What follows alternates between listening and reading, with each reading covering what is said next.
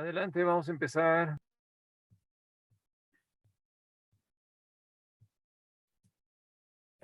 Ok, pues vamos a comenzar con la clase del día de hoy. Continuando con el módulo de cardiología, el tema que vamos a ver el día de hoy va a ser fibrilación auricular en el adulto mayor, una patología importante a saber cómo manejar, a tener en cuenta, sobre todo porque existe una alta incidencia y prevalencia de esta patología en el adulto mayor. Los objetivos de esta clase van a ser reconocer cuáles son los cambios asociados al envejecimiento y fisiopatológicos que se asocian a una alta incidencia de esta patología en este grupo de edad. Saber que si bien tenemos una amplia gama de tratamiento, este se debe de adecuar a las características clínicas y el contexto clínico del paciente, ya que un paciente con un tratamiento bien administrado puede tener resultados en calidad de vida y en evitar progresión de la enfermedad, así como las complicaciones asociadas en esta. Bueno, pues mi nombre es Alma Sojo, residente de tercer año. Cualquier duda o comentario lo pueden hacer sin ningún problema. Y bueno, en cuanto a la definición y a los criterios que tenemos que tener en cuenta para realizar el diagnóstico de fibrilación auricular, es importante saber que esta es una taquiarritmia supraventricular, entra dentro de este grupo de arritmias supraventriculares que se va a caracterizar por una activación eléctrica auricular descoordinada y consecuentemente contracción auricular ineficiente. En el contexto clínico, a la hora de explorar un paciente, auscultarlo podemos encontrar que existe latidos arrítmicos. Sin embargo, para corroborar el diagnóstico es necesario que se cumplan características electrocardiográficas que vamos a mencionar. Y el electrocardiograma que se realice del paciente también tiene que cumplir con ciertos criterios. Es decir, tiene que ser de preferencia un electrocardiograma de 12 derivaciones o un electrocardiograma de una derivación, pero que tenga una duración mayor a 30 segundos para que nosotros podamos tener la certeza diagnóstica. Dentro de las características electrocardiográficas a cumplir, es necesario que existan intervalos RR completamente irregulares, la ausencia de las ondas P identificables y repetidas y una activación auricular irregular. En la imagen que vemos aquí en este lado de la diapositiva observamos en la parte de arriba un electrocardiograma de un individuo con ritmo cardíaco normal. Hay que notar que existen deflexiones grandes, es decir, las flechas rojas que indican el latido cardíaco y que estos son completamente rítmicos, a diferencia del ejemplo que tenemos en la parte de abajo, que habla de un electrocardiograma de un paciente con fibrilación auricular, en donde se observa que existe un ritmo totalmente irregular, donde comparamos la presencia de las estrellitas con las flechas que no son coincidentes. También vemos que hay ausencia de ondas P identificables y la activación irregular auricular en un electrocardiograma de 12 derivaciones. Entonces, estos criterios electrocardiográficos van a ser necesarios para que se pueda confirmar el diagnóstico. De acuerdo al paciente que ya tengamos una sospecha clínica, pues es necesario que se le solicite el electrocardiograma. Y bueno, existen términos que se usan actualmente, se pueden dividir en general en FA clínica y FA subclínica. La diferencia en estos dos grupos va a ser que en la FA subclínica van a ser aquellos individuos que no van a tener síntomas atribuibles a fibrilación auricular, cuya clínica no se haya detectado previamente, es decir, se va a necesitar la documentación mediante electrocardiograma de este diagnóstico para poderlo diferenciar de una FA clínica. Dentro de la FA subclínica existen dos grupos. La propiamente FA subclínica y los episodios de alta frecuencia ventricular. Dentro de los episodios de auricular rápida, estos van a ser detectados únicamente por un dispositivo implantado como un electrodo auricular que va a permitir monitorizar el ritmo auricular y almacenar los trazados electrocardiográficos. Es decir, el paciente no puede no tener clínica, pero los episodios de frecuencia ventricular se van a evidenciar mediante estos dispositivos. Y en la FA subclínica, va a incluir episodios de frecuencia auricular rápida, perdón, me equivoqué aquí, que va a ser confirmado como fibrilación auricular o fluir auricular o taquicardia auricular, detectados por un dispositivo cardíaco insertado o portátil. Y bueno, aquí tenemos un algoritmo que nos ayuda a diferenciar la presentación clínica en FA subclínica y FA clínica. En aquellos pacientes que no tengan síntomas atribuibles a la fibrilación auricular o que tengan una fibrilación auricular no diagnosticada previamente, se va a realizar estos episodios, o se van a registrar estos episodios mediante dispositivos implantables, y va a ser la única manera en la que se van a corroborar estos datos en un paciente que propiamente no va a tener síntomas. Aquí es muy importante, para diferenciarlo entre la FA subclínica y la clínica, la presencia de un electrocardiograma, como ya mencionábamos, que cumpla con estos criterios electrocardiográficos para la realización del diagnóstico. Y en aquellos con FA clínica va a ser importante la instauración del tratamiento de la FA. En cuanto a la epidemiología, es importante saber que esta va a ser la arritmia cardíaca sostenida más frecuente en adultos, tanto en el adulto joven como en el adulto mayor, y se va a asociar con una morbimortalidad significativa. La mediana de presentación de esta patología va a ser a los 75 años de edad, y en cuanto a la epidemiología mundial, se sabe que existe una prevalencia de esta enfermedad de 2 al 4% en la población general y mayor al 10% en los adultos mayores. En México, esta prevalencia se encuentra en el 7.3% en personas de 65 a 74 años de edad y asciende hasta el 9.4% en población de 75 a 84 años. La incidencia de la fibrilación auricular va a ser mayor a 65 por cada 1,000 personas año. Y un punto muy importante es que el envejecimiento va a ser un riesgo sustancial de fibrilación auricular, no solamente por los cambios asociados al envejecimiento en el sistema cardiovascular, sino también por el importante aumento de carga de otras comorbilidades, entrando aquí en un círculo vicioso en donde la fibrilación auricular va a generar o va a progresar complicación en otro tipo de patologías, y estas comorbilidades van a influir de manera directa tanto en la generación de la fibrilación auricular como en una mala progresión de la misma.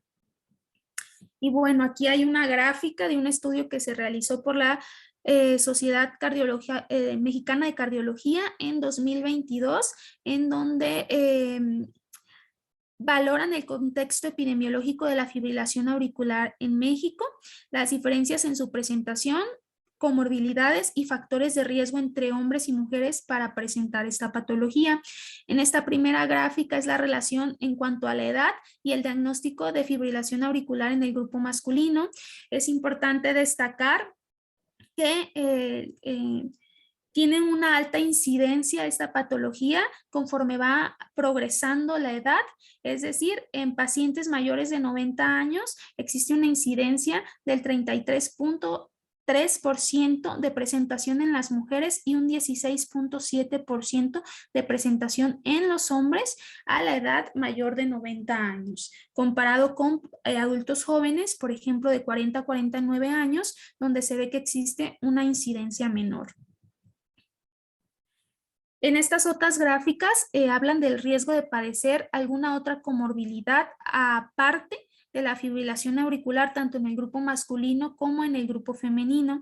Se observa que estos pacientes por lo general se acompañan de otras patologías como es antecedentes de isquemia, obesidad, diabetes, hipertensión arterial sistémica, enfermedad renal crónica, enfermedad pulmonar obstructiva crónica, eventos vasculares cerebrales e insuficiencia cardíaca. Y bueno, esta tablita nos habla de la incidencia acumulada después de los 5 años del diagnóstico de fibrilación auricular, y está comparando los grupos de edad y la incidencia de la patología.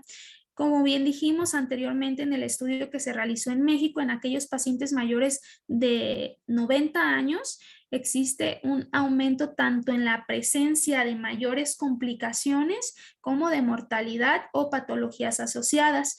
Esta tablita nos compara por grupo de edad desde 75 años hasta mayores de 90 años y vemos que conforme va aumentando la edad, aumenta también la mortalidad, la incidencia de insuficiencia cardíaca, la incidencia de episodios tromboembólicos y el aumento de riesgo de sangrado gastrointestinal.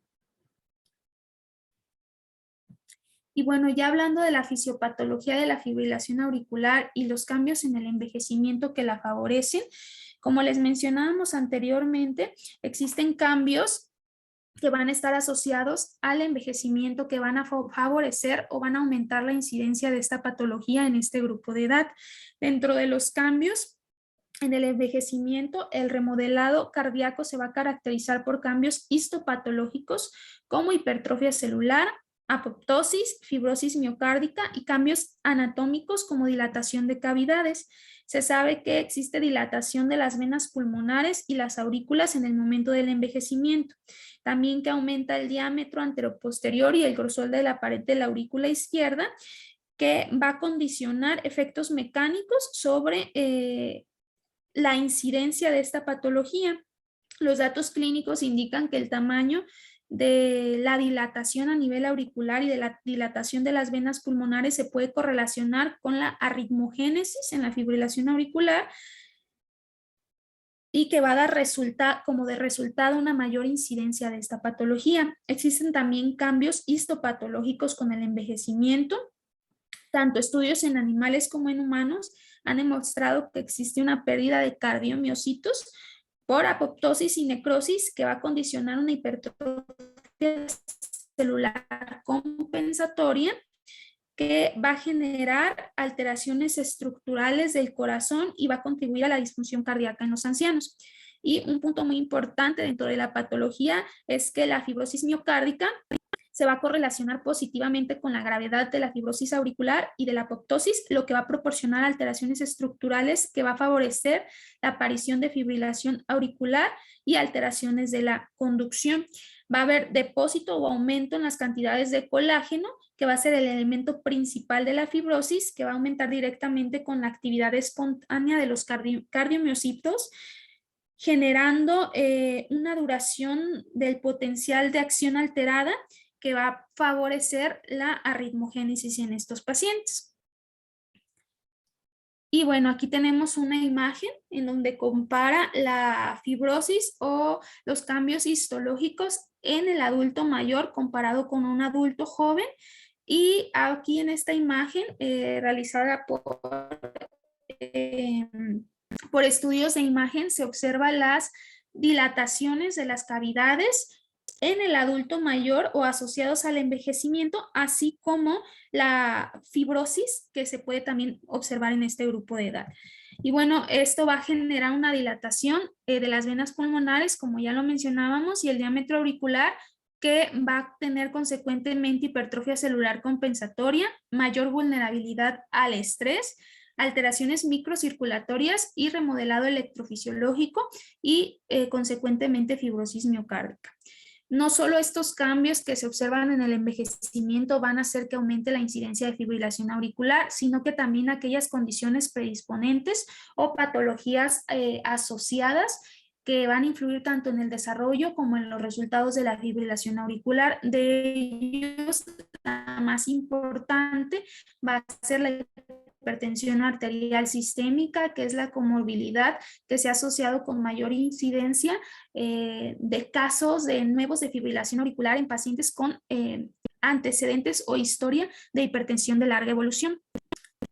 Y bueno, los factores de riesgo modificables que van a contribuir significativamente a la aparición y la progresión de la fibrilación auricular son los que podemos observar en la imagen. Aquellos pacientes que tengan enfermedad coronaria, insuficiencia cardíaca, enfermedad valvular, hipertensión, prediabetes o diabetes propiamente, enfermedad renal crónica, enfermedad vascular como aterosclerosis subclínica, enfermedades agudas como cirugía, inactividad o sedentarismo, así como la actividad física intensa, alteraciones en el perfil de lípidos, consumo de alcohol o tabaquismo u otras toxicomanías, obesidad, enfermedades pulmonares como apnea obstructiva del sueño o EPOC y enfermedades inflamatorias, enfermedades reumatológicas, asociado a esto a los factores genéticos, a la etnia, a los cambios asociados al envejecimiento, actuando todo esto en conjunto como factores de riesgo que van a contribuir a la prevalencia e incidencia de la fibrilación auricular en este grupo de edad. Y bueno, ¿cuáles van a ser las características clínicas de la fibrilación auricular? Se puede presentar de dos maneras, ya sea asintomática o silente o sintomática. Los síntomas acompañados más frecuentes van a ser la presencia de palpitaciones, disnea, fatiga, dolor u opresión en el pecho, poca tolerancia al ejercicio, mareo, síncope, trastornos del sueño, etcétera. Y en el contexto del paciente asintomático o silente, por lo general está hemodinámicamente estable, pero aquel paciente sintomático puede presentarse en el contexto de estabilidad hemodinámica o en el contexto de inestabilidad. El paciente inestable se va a caracterizar o se va a presentar al servicio de urgencias con síncope, con choque cardiogénico, isquemia miocárdica, hipotensión sintomática, como con insuficiencia cardíaca aguda o edema pulmonar. El manejo en el contexto o en los diferentes contextos del paciente va a depender de la estabilidad clínica que presente o no presente el momento, que no presente el paciente al momento del diagnóstico. Y bueno, la fibrilación auricular tiene resultados relacionados a corto plazo y a largo plazo que se van a relacionar con la calidad de vida y complicaciones del paciente.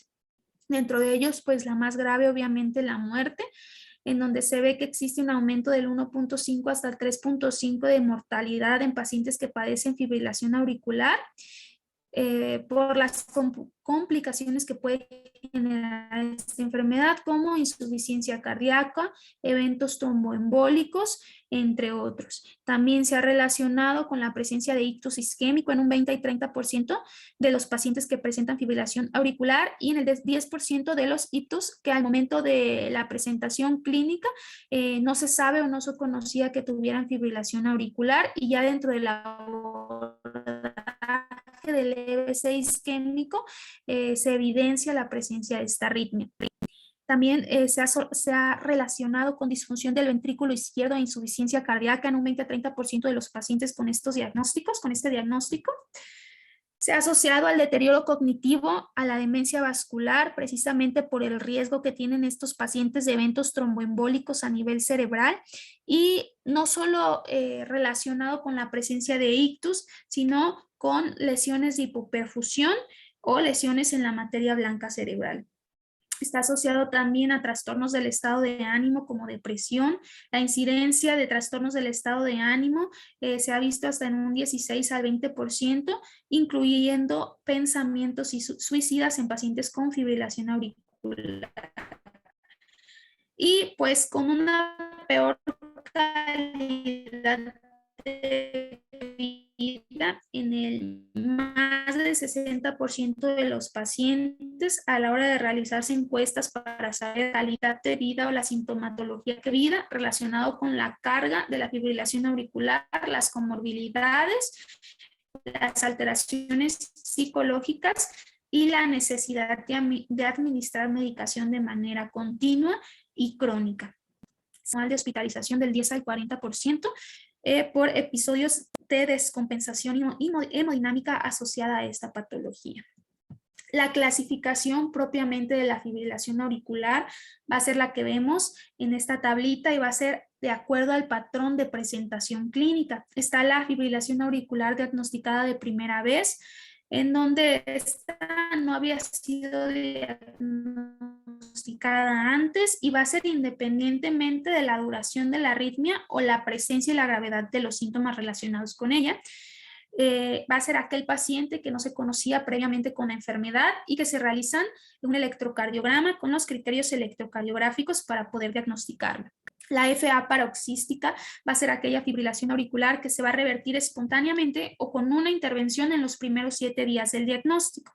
La FA persistente va a ser aquella que se va a mantener durante más de 7 días, incluyendo los episodios que se terminan por cardioversión farmacológica o eléctrica tras los 7 días del diagnóstico. La FA persistente o de larga duración, que va a ser aquella fibrilación continua de más de un año tras adoptar una estrategia para el control del ritmo cardíaco. Y por último, la FA permanente, en donde el paciente y el médico van a asumir que la fibrilación auricular ya es permanente y crónica y no se van a adoptar nuevas medidas para restaurar o mantener el ritmo sinusal.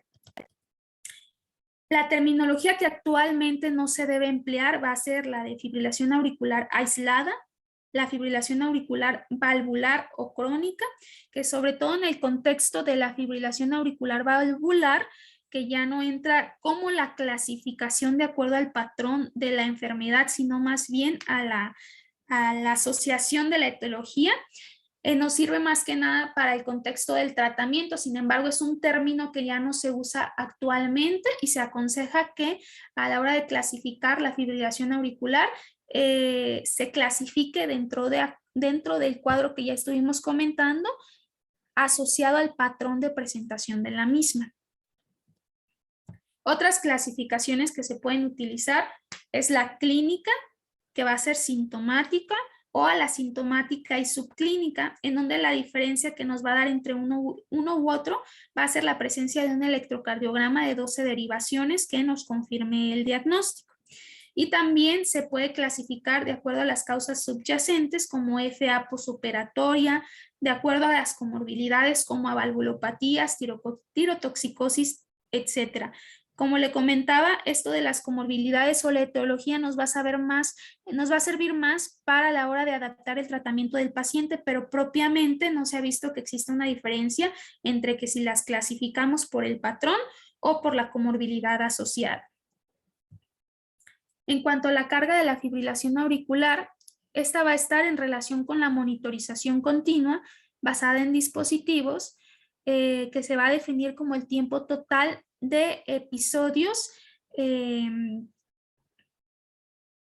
ARE subclínica durante un periodo específico de monitorización, por ejemplo, un día. La carga asociada con la fibrilación auricular va a estar asociada a consecuencias clínicas que ya comentábamos previamente, y la carga clínica va a estar asociada al patrón temporal de la fibrilación auricular. El abordaje de todos estos factores de riesgo cardiovasculares modificables y las comorbilidades va a reducir la carga de la fibrilación auricular. Por lo tanto, conocer esta carga nos da un punto de acción para evitar complicaciones asociadas a la patología. Y bueno, las recomendaciones para la caracterización de la fibrilación auricular, la guía nos recomienda que usemos el esquema 4SAF, en donde valoremos en todos los pacientes que tienen fibrilación auricular la presencia del riesgo o cuál es el riesgo que tienen de ictus, cuál es la gravedad de los síntomas que el paciente tiene, cuál es la carga de la FA y la gravedad del sustrato, es decir, aquellas comorbilidades o factores de riesgo cardiovasculares que pueden complicar la enfermedad o que se pueden asociar a malos resultados de la misma. En cuanto a la progresión de la fibrilación auricular, la evaluación de la progresión va a depender de la duración de la monitorización del ritmo y del sustrato.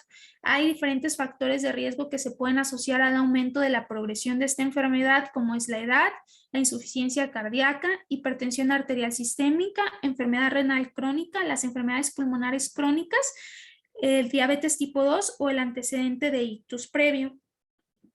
Esta se va a caracterizar generalmente por el avance del remodelado estructural auricular o el empeoramiento de la miocardiopatía auricular, y se ha visto que se asocia con resultados adversos, sobre todo en aquellos pacientes en los que se hace un diagnóstico temprano y que se sabe que tienen ya bastante tiempo con la presencia de fibrilación auricular, y que se ha visto que aumenta el riesgo de remodelado estructural por el tiempo diagnosticado de esta patología y las enfermedades o comorbilidades o aquellos factores de riesgo cardiovasculares que van a favorecer la progresión.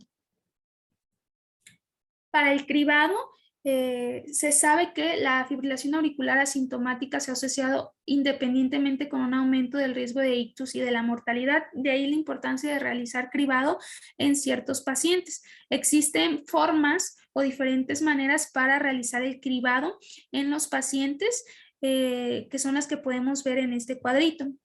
Desde la toma del pulso y la exploración física, en donde evidenciemos que el paciente se encuentra arrítmico, se ha visto que este tiene una sensibilidad del 87 al 97% para la sospecha de fibrilación auricular y una especificidad del 70 al 81%. También se pueden utilizar monitores automatizados que tienen una mayor sensibilidad y una mayor especificidad. El electrocardiograma de una derivación, nada más teniendo en cuenta que se tiene que ser mayor a 30 segundos para que se pueda confirmar el diagnóstico de fibrilación auricular. Y lo nuevo que menciona la guía es que existen aplicaciones para móviles, las que están autorizadas o avaladas por la Sociedad Española de Cardiología es la aplicación para Samsung y la aplicación para Huawei. Se sabe que tiene una sensibilidad del 91.5 hasta el 98.5% y una especificidad del 91.4 hasta el 100% para el diagnóstico de fibrilación auricular cuando son de estas aplicaciones que se han observado en diferentes estudios, que son certeras y que son confiables. Y también hay aplicaciones para relojes inteligentes que también tienen una sensibilidad y una especificidad alta. Hay diferentes tipos de cribado que se pueden realizar. Está el cribado sistemático, que se va a realizar a todos aquellos mayores de 65 años de edad, sobre todo porque ya vimos que es una enfermedad con alta incidencia en este grupo de edad por las condiciones que ya comentábamos previamente. Y está también el cribado oportunista, que va a ser a petición del interesado en una consulta por otro motivo, es decir, el paciente va a valoración por cualquier otra cosa y al momento de realizar la exploración física nosotros podemos echar mano de estos instrumentos de cribado para poder realizar el diagnóstico.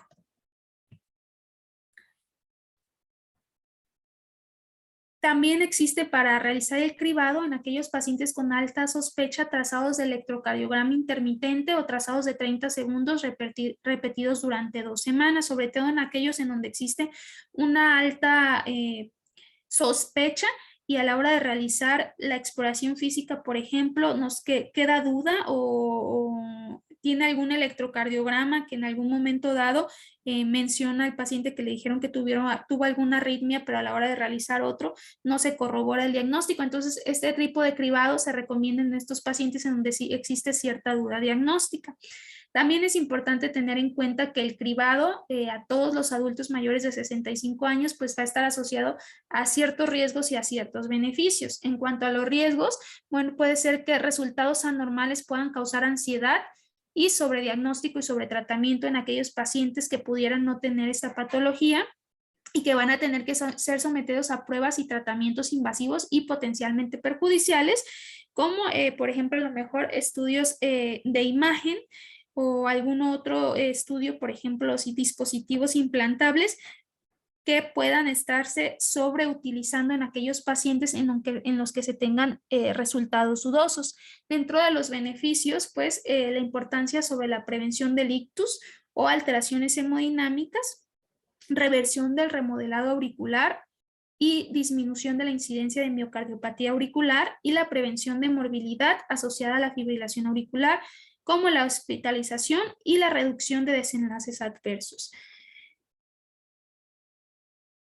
Se recomienda, de acuerdo a los diferentes tipos de cribado, que se haga cribado oportunista en todo paciente mayor de 65 años de edad y cribado sistemático en todos aquellos pacientes mayores de 75 años de edad, ya sea con las diferentes herramientas que podemos tener para el cribado, considerando la especificidad y la sensibilidad de cada una de ellas, incluso sin tener que necesitar mayores cosas, únicamente con la exploración física.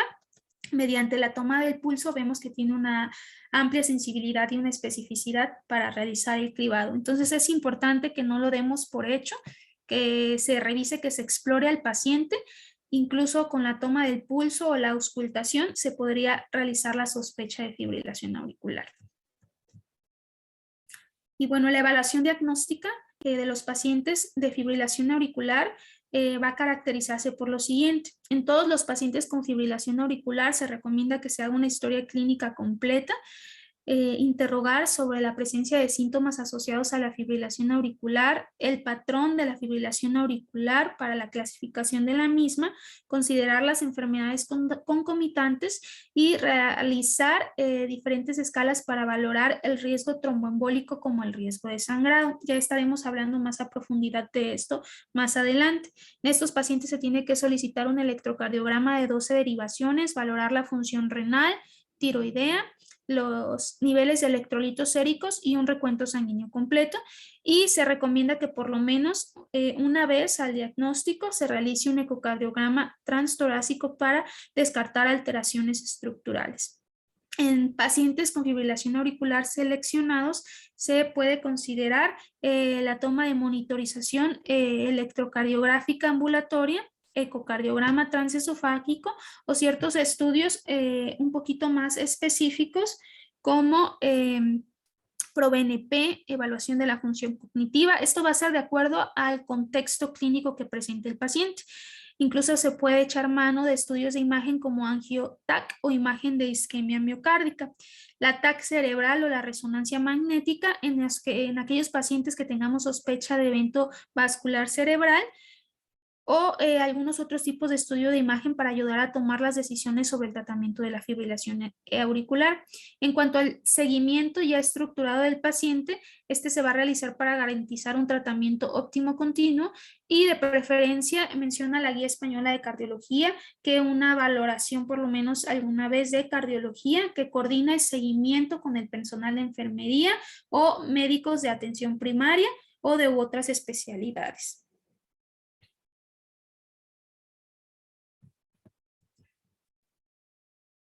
En cuanto a la valoración de los síntomas y de la calidad de vida, existe la escala de los síntomas de la ERA, donde vamos a valorar la información otorgada por el paciente, y se va a dividir esta escala en 4 rubros, 1, 2A, 2B, 3 o 4, de acuerdo a los síntomas que el paciente presente.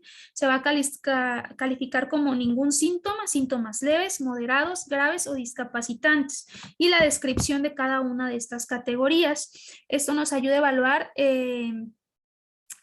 los síntomas y a planificar el tipo de tratamiento que se va a otorgar también al paciente, para valorar si es necesario el control de la frecuencia cardíaca y relacionar los síntomas de los episodios de fibrilación auricular, y también nos aporta información esencial para tomar decisiones sobre la ablación con catéter en la fibrilación auricular, una vez que se hayan establecido ya otros esquemas de tratamiento y el paciente permanezca con síntomas discapacitantes o severos de acuerdo a esta escala.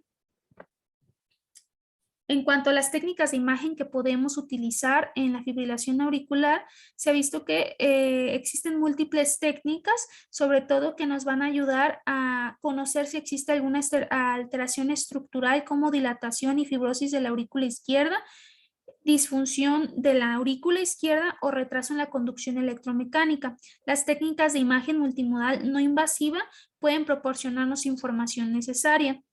Por ejemplo, en el caso de que queramos valorar si existe o no remodelado de la aurícula izquierda, el ecocardiograma o el ecocardiograma transtorácico o el transesofágico nos pueden ayudar a valorar la dilatación o cambios en la angiometría. Si queremos valorar la estructura y la función a nivel cardíaco, se puede solicitar ya sea una resonancia magnética cardíaca, y en el caso de que queramos detectar la presencia de trombos en la aurícula izquierda o en la orejuela izquierda, se puede utilizar algún otro tipo de estos estudios de imagen.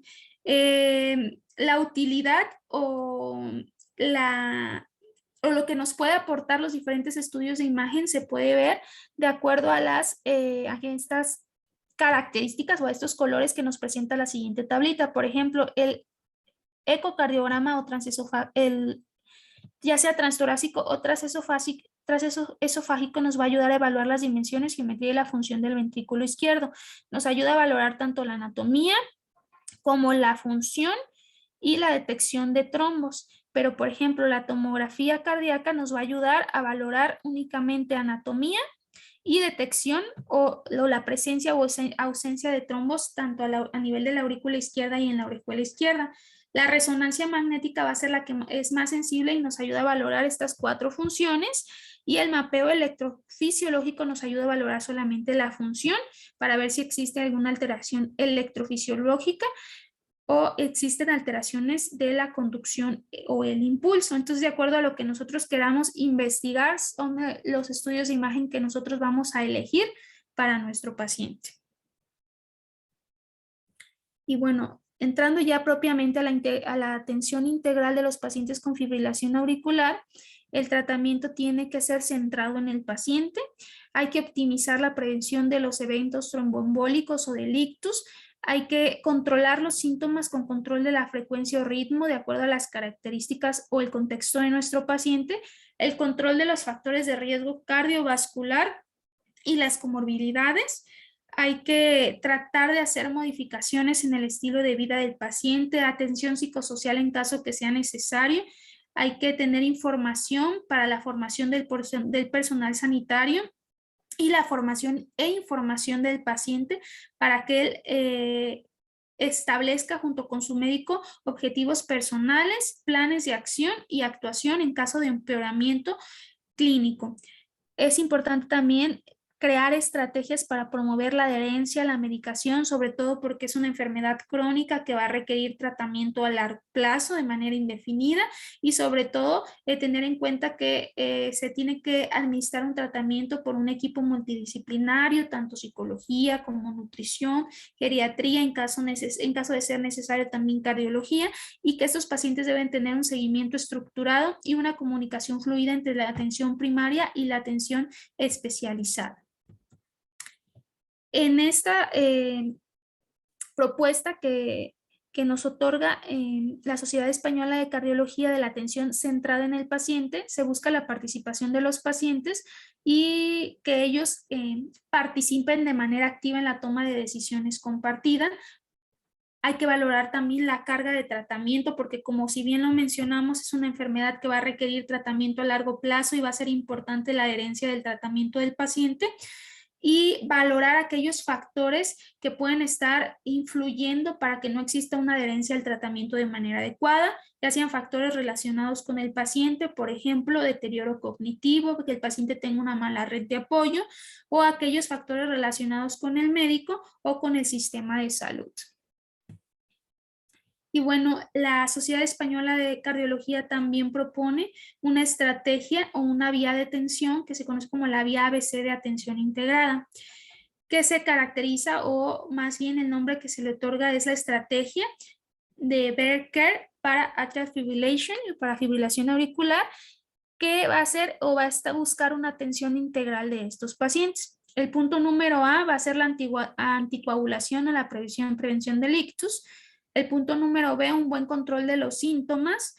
Y el punto número C, un control de factores de riesgo cardiovascular y las comorbilidades. Esto va a permitir optimizar la atención de los pacientes con fibrilación auricular en todos los niveles de atención sanitaria entre las diferentes especialidades. Entonces, siempre hay que tener en cuenta de manera sistemática a la hora de iniciar tratamiento en pacientes con fibrilación auricular esta vía de atención que incluya todos estos puntos.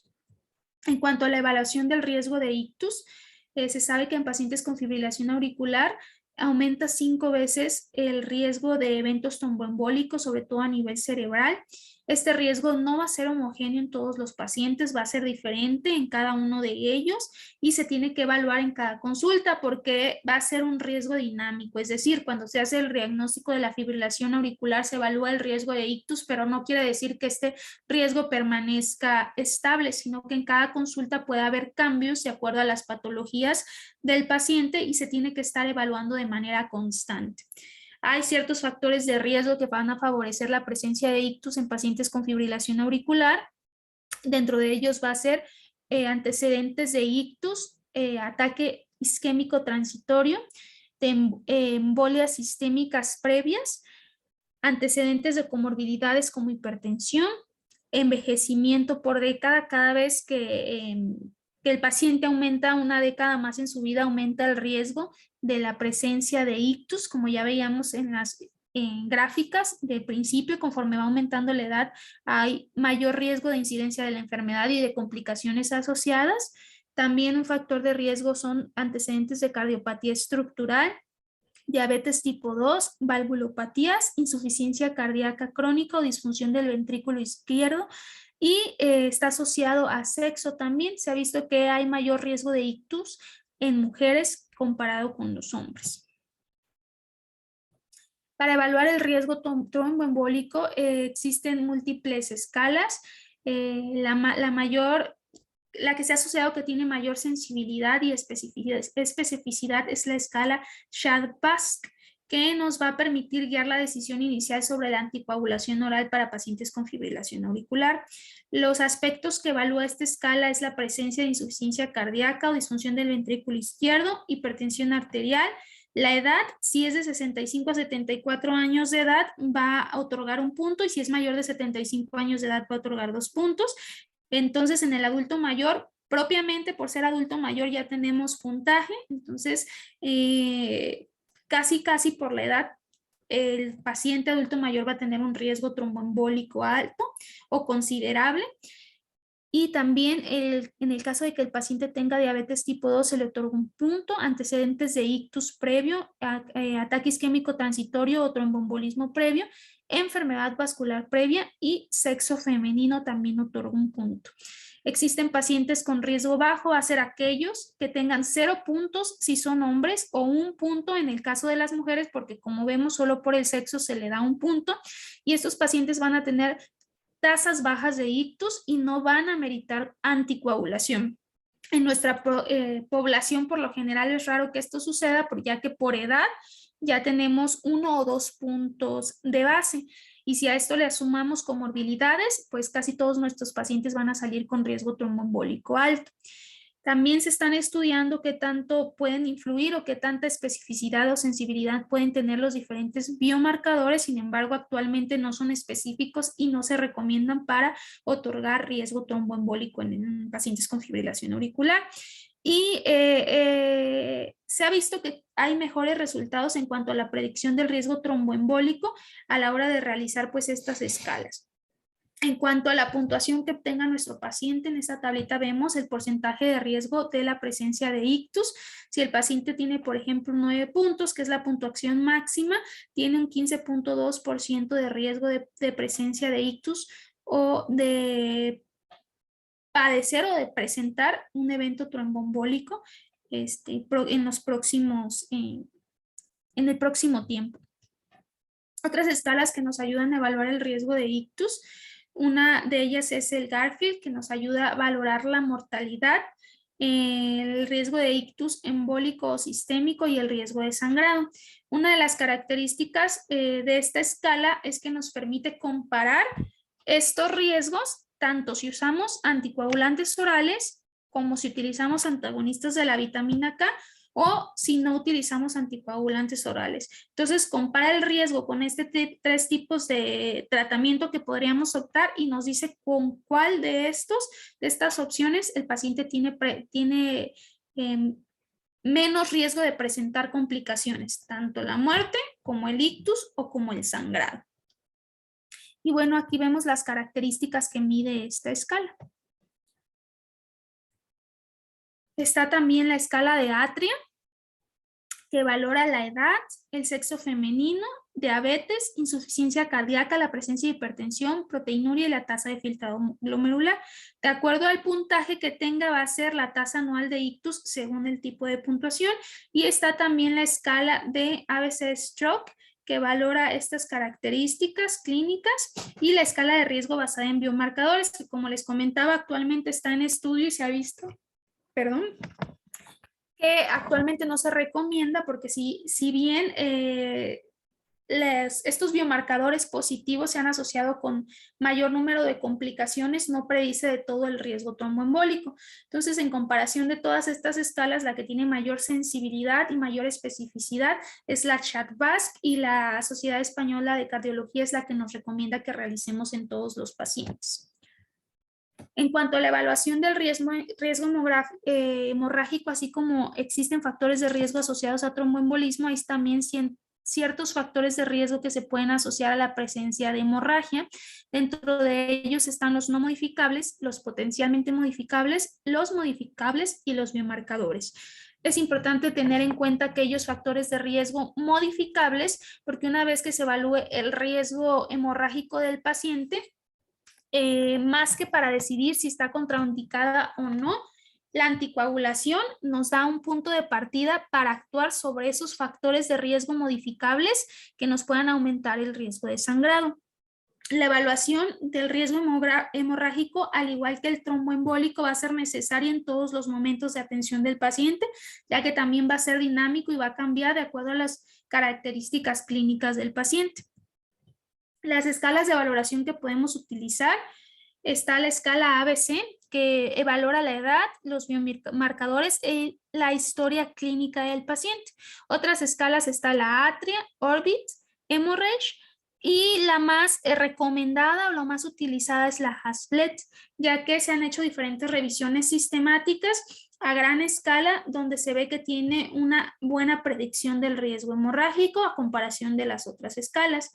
Y es un punto muy importante aquí que tenemos que tener en cuenta, es que una puntuación alta no se debe considerar contraindicación para la anticoagulación. De hecho, la guía nos menciona que no existe una contraindicación absoluta para no anticoagular a los pacientes. Existen contraindicaciones relativas, pero que más que decir que no vamos a anticoagular al paciente, si nos permite detectar qué cosas podrían estar influyendo en el riesgo de sangrado para que podamos tratarlas.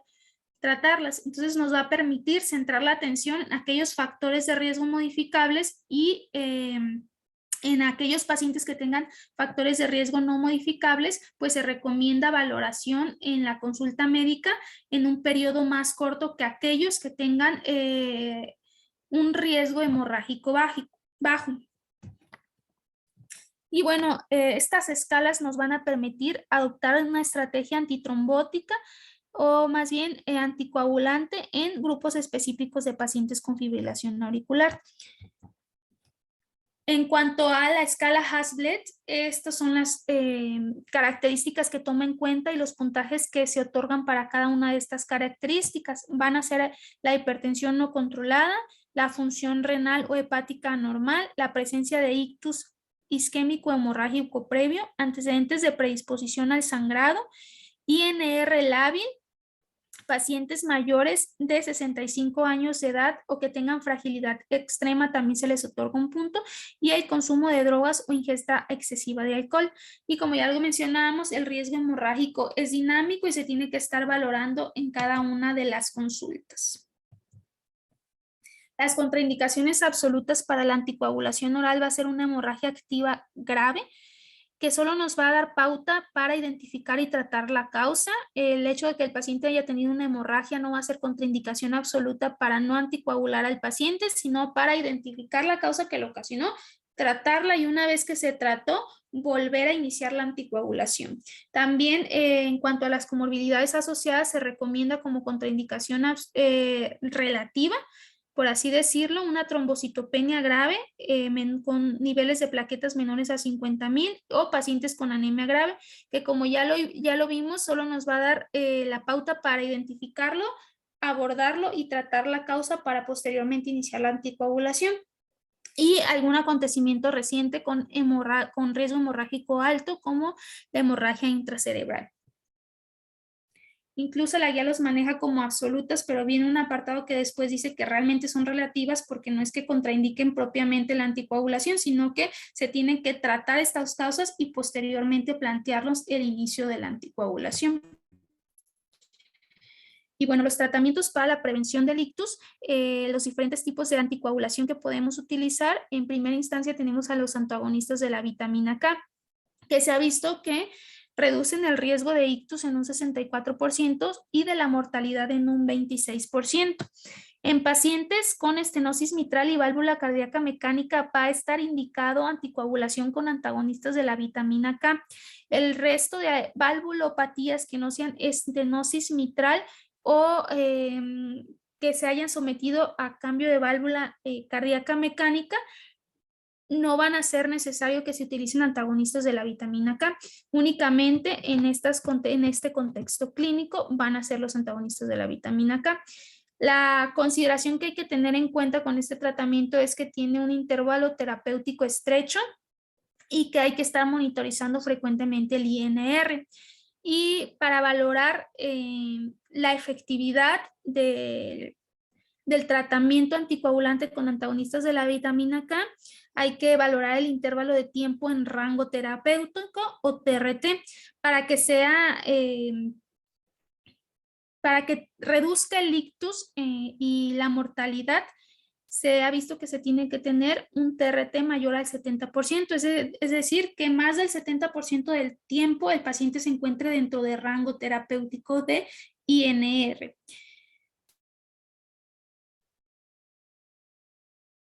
Y existe, por ejemplo, esta escala que es el SAME TTR2 Score, que nos va a ayudar a saber si, por ejemplo, el paciente se va a beneficiar o va a tener una buena respuesta con antagonistas de la vitamina K. Los valores o las características que valora es el sexo femenino, la edad, la historia médica, si tiene el paciente control del ritmo, si usa tabaco en los últimos 2 años, la raza.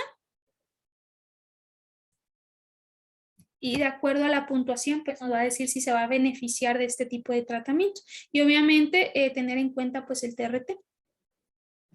En cuanto a los anticoagulantes orales, existe el apixaban, el dabigatran, el edoxaban y el rivaroxaban, que se ha visto que tiene una reducción del 19% del riesgo de embolia sistémica, del 51% del riesgo de ictus hemorrágico y de 10% de la mortalidad por todas las causas. Sin embargo, se asocian a un 14% de riesgo de sangrado mayor y se comparan en un riesgo similar de ictus isquémico, hablando de la comparación entre anticoagulantes orales y antagonistas de la vitamina K.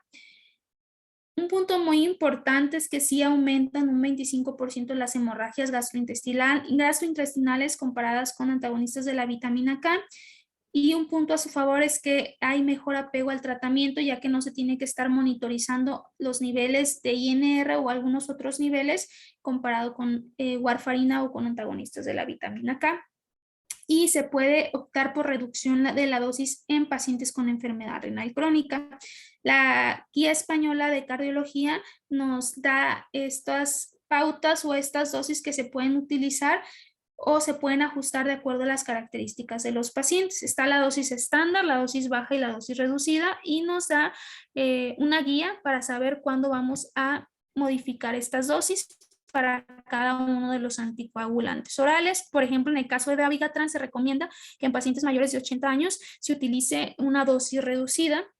En el caso de rivaroxaban, en aquellos que tienen una tasa de filtrado glomerular del 15 al 49%, en pacientes que van a utilizar apixaban se recomienda que en aquellos mayores de 80 años que pesen menos de 60 kilos o que tengan una creatinina sérica mayor a 1.5 se utilice una dosis reducida. Y en el caso de doxaban, en aquellos pacientes que tengan una tasa de filtrado glomerular del 15 al 50%, un peso corporal menor a 60 kilos y que además tengan toma concomitante de algún otro medicamento como estronenarona, ciclosporina, eritromicina o ketoconazol, porque estos medicamentos interfieren a la hora de la metabolización y pueden aumentar la dosis de doxaban, aumentando el riesgo de sangrado.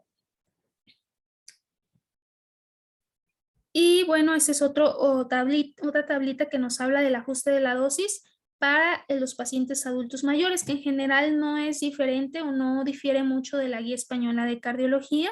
Nos recomienda aquí la dosis estándar y la dosis reducida y cuándo podemos utilizar una dosis reducida. Otros fármacos que se han evaluado son los que vamos a comentar en este momento. Por ejemplo, el tratamiento antiagregante plaquetario doble en el estudio APTIV se vio que el uso de esta opción terapéutica fue menos efectivo que la warfarina con una tasa similar de sangrado mayor. Entonces, los pacientes no se van a beneficiar de que le demos un tratamiento antiagregante en cuanto a la disminución del riesgo tromboembólico, pero sí va a aumentar el riesgo de sangrado. Y esto es algo muy frecuente que sucede, que al paciente adulto mayor no se le quiere dar anticoagulación, pero se le deja tratamiento antiagregante y la verdad es que no le aporta ningún beneficio. El estudio ACTIV-A valoró que aquellos pacientes que no son aptos para anticoagulación tuvieron una tasa de complicaciones tromboembólicas menores cuando se añadió clopidogrel al ácido acetilsalicílico comparado con ácido acetilsalicílico solo, pero tuvieron un aumento significativo de la tasa de sangrado y se observó que el ácido acetilsalicílico solo en menoterapia no es eficaz para estos pacientes. Por lo tanto, el tratamiento antiagregante no se debe emplear en la prevención del ictus en pacientes con fibrilación auricular y no se va a recomendar un tratamiento combinado con antiagregantes plaquetarios y anticoagulantes, ya que no disminuyen el riesgo tromboembólico, pero sí aumentan el riesgo de sangrado. En cuanto a las consideraciones de los anticoagulantes orales en el adulto mayor, hay diferentes estudios que se han realizado para valorar warfarina con los diferentes anticoagulantes orales. El RELI, donde compara dabigatran con warfarina; Rocket, donde compara rivaroxaban con warfarina; el Aristotle, donde compara apixaban con warfarina; y el Engage, donde compara edoxaban con warfarina. Y, por ejemplo, mide el riesgo relativo de complicaciones de acuerdo al uso de cada uno de estos anticoagulantes. En esta primera tabla de azul valora el riesgo de eventos tromboembólicos, específicamente de ictus, y se vio que el que tiene mayor riesgo relativo de presencia de ictus va a ser, por ejemplo, la warfarina en comparación con los diferentes anticoagulantes orales, y que de los anticoagulantes orales el que tiene el riesgo de ictus menor va a ser el dabigatran. En otra tablita de los mismos estudios compara también tanto los anticoagulantes orales como la warfarina con el porcentaje de riesgo de sangrado mayor. El que se ha visto de los anticoagulantes orales que se asocia con un menor riesgo de sangrado mayor es el apixaban a la dosis de 5 miligramos 2 veces al día. En cuanto a comparación de hemorragia intracraneal, se ha visto que el que tiene un menor riesgo relativo para presentarlo es el apixaban, tanto comparado con warfarina como con el resto de anticoagulantes orales. Y en el caso de sangrado gastrointestinal se ha visto que de igual manera el apixaban y la warfarina se ha asociado con menor porcentaje de sangrado gastrointestinal, y que sea el que se ha asociado de los anticoagulantes orales con mayor riesgo de sangrado gastrointestinal es el dabigatran y el rivaroxaban. Entonces son consideraciones que hay que tenerla en cuenta a la hora de elegir qué anticoagulante oral se va a utilizar de acuerdo a las características clínicas del paciente. Y bueno, les dejo aquí esta tablita para que se revise posteriormente con calma, donde valora cuáles son, donde se ha visto que hay una mejor respuesta de acuerdo a los diferentes tipos de anticoagulantes orales en diferentes contextos clínicos. Por ejemplo, pacientes mayores de 75 años de edad, en pacientes con mulvi o muchas comorbilidades, en pacientes con polifarmacia, con alto riesgo de caídas, con fragilidad y con demencia. Entonces aquí vienen las diferentes respuestas o los diferentes beneficios que se encuentran en cada uno de los diferentes anticoagulantes orales. De manera general se ha visto que el apixaban es el que tiene menor riesgo de complicaciones, que tiene un buen control tromboembólico, y que el control o el riesgo de presentar complicaciones hemorrágicas en el adulto mayor no es tan amplio. Entonces, de manera general, diversos artículos mencionan que es el anticoagulante más noble y con una buena respuesta en el contexto del adulto mayor con multimortalidad o múltiples comorbilidades. Otros métodos para el control en pacientes con fibrilación auricular son los métodos quirúrgicos en aquellos pacientes sobre todo que tienen contraindicación para los anticoagulantes orales por alto riesgo hemorrágico percibido. y está la oclusión y la exclusión de la orejuela izquierda, donde se realizaron diferentes estudios que comparaban la oclusión de la orejuela izquierda comparado con los anticoagulantes, en caso específico con los antagonistas de la vitamina K para pacientes con fibrilación auricular, y se vio que este tratamiento quirúrgico, la oclusión o la exclusión de la orejuela izquierda, no fue inferior al uso de anticoagulantes. Sin embargo, se ha asociado con complicaciones graves como trombosis relacionada con el dispositivo, y por lo tanto la indicación actual es que se utilicen aquellos pacientes que tengan alto riesgo hemorrágico y tengan ciertas contraindicaciones o ciertos factores de riesgo para el uso de anticoagulantes. Entonces, puntos a considerar en el tratamiento de los pacientes es que el patrón clínico temporal y las estrategias para el control de los síntomas no deben afectar las decisiones sobre la anticoagulación a largo plazo. Los antagonistas de la vitamina K deben de tener un TRT mayor al 70% para que se observe el beneficio con este tipo de anticoagulación. Hay que dejar las dosis apropiadas de anticoagulantes orales de acuerdo a las consideraciones que ya mencionamos previamente, y prestar atención a los factores de riesgo hemorrágico para tratar de intervenir de manera positiva en estos factores de riesgo. En pacientes con hemorragia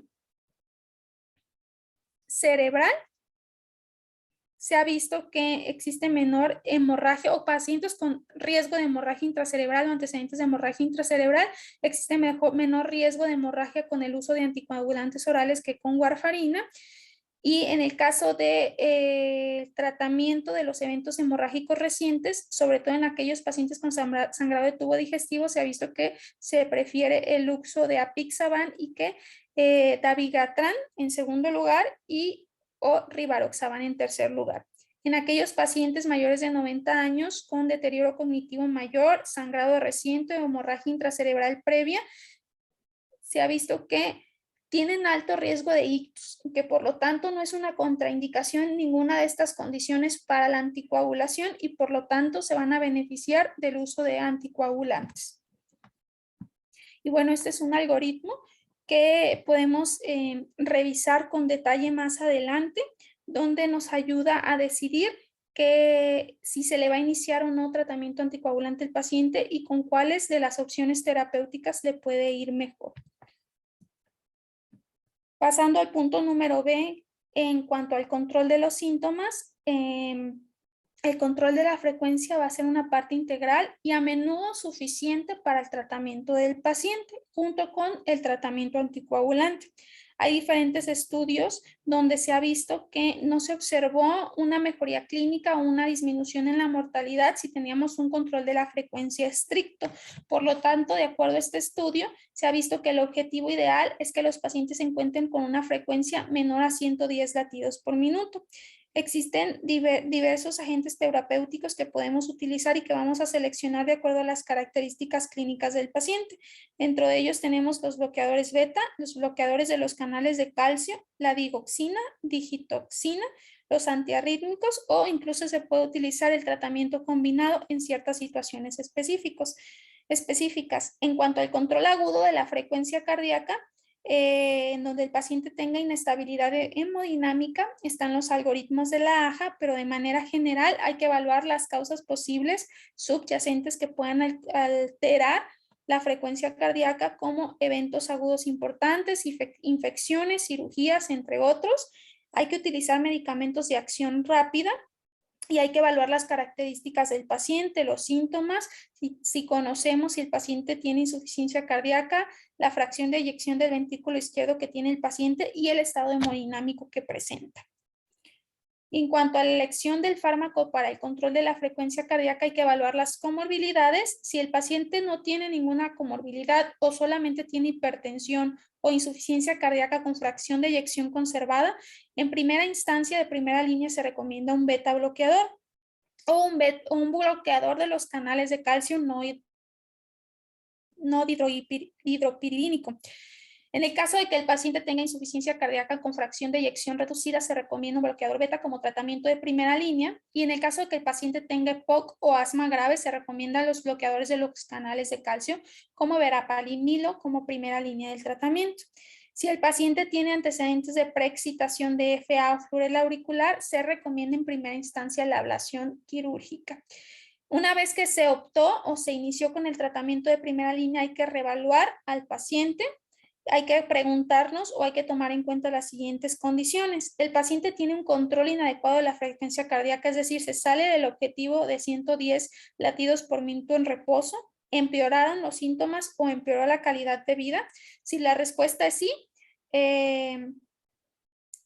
o si el paciente se encuentra con mejoría clínica, vamos a continuar con el tratamiento establecido. Si la respuesta es no, vamos a valorar un tratamiento de segunda línea, que en el caso de pacientes con antecedentes de hipertensión, que no tengan alguna otra comorbilidad o que tengan insuficiencia cardíaca con fracción de eyección conservada, se puede utilizar como tratamiento de segunda línea digoxina, digitoxina o tratamiento combinado con beta bloqueadores y o bloqueadores de los canales de calcio no hidropirínicos.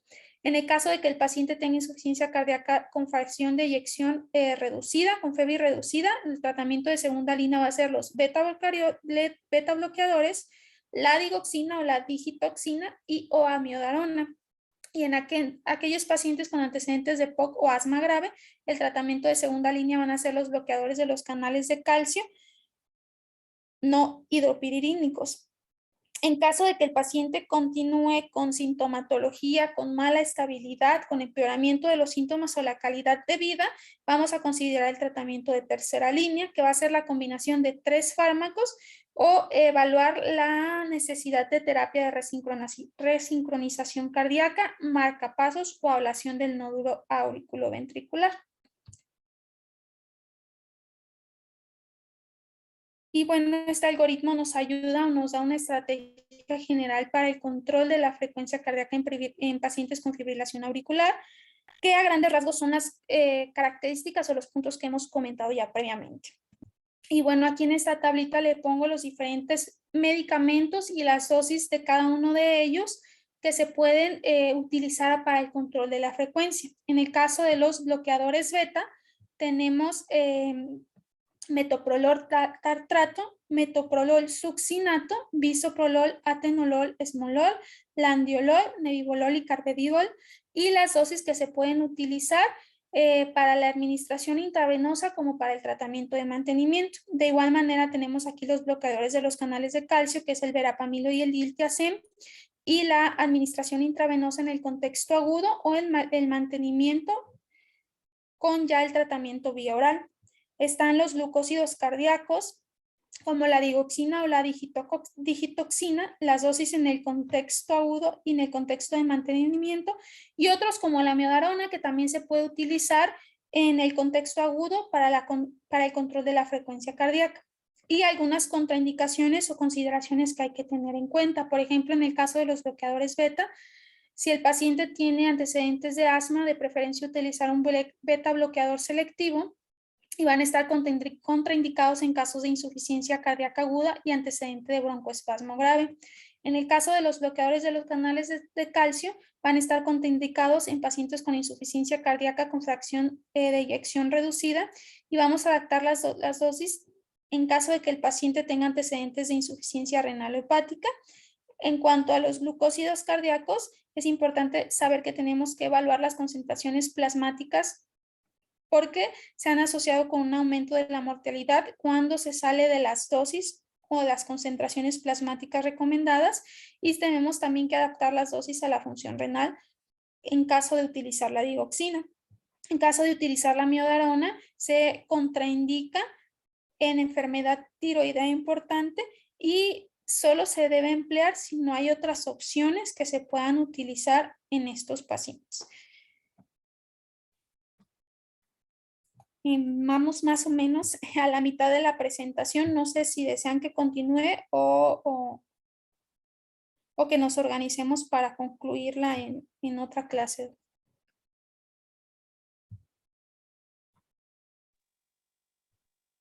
No, pues sí, ya será, ¿no? Ujú. Yo creo que hasta aquí le vamos a dejar el día de hoy. Sí, ¿Vale? sí, doc.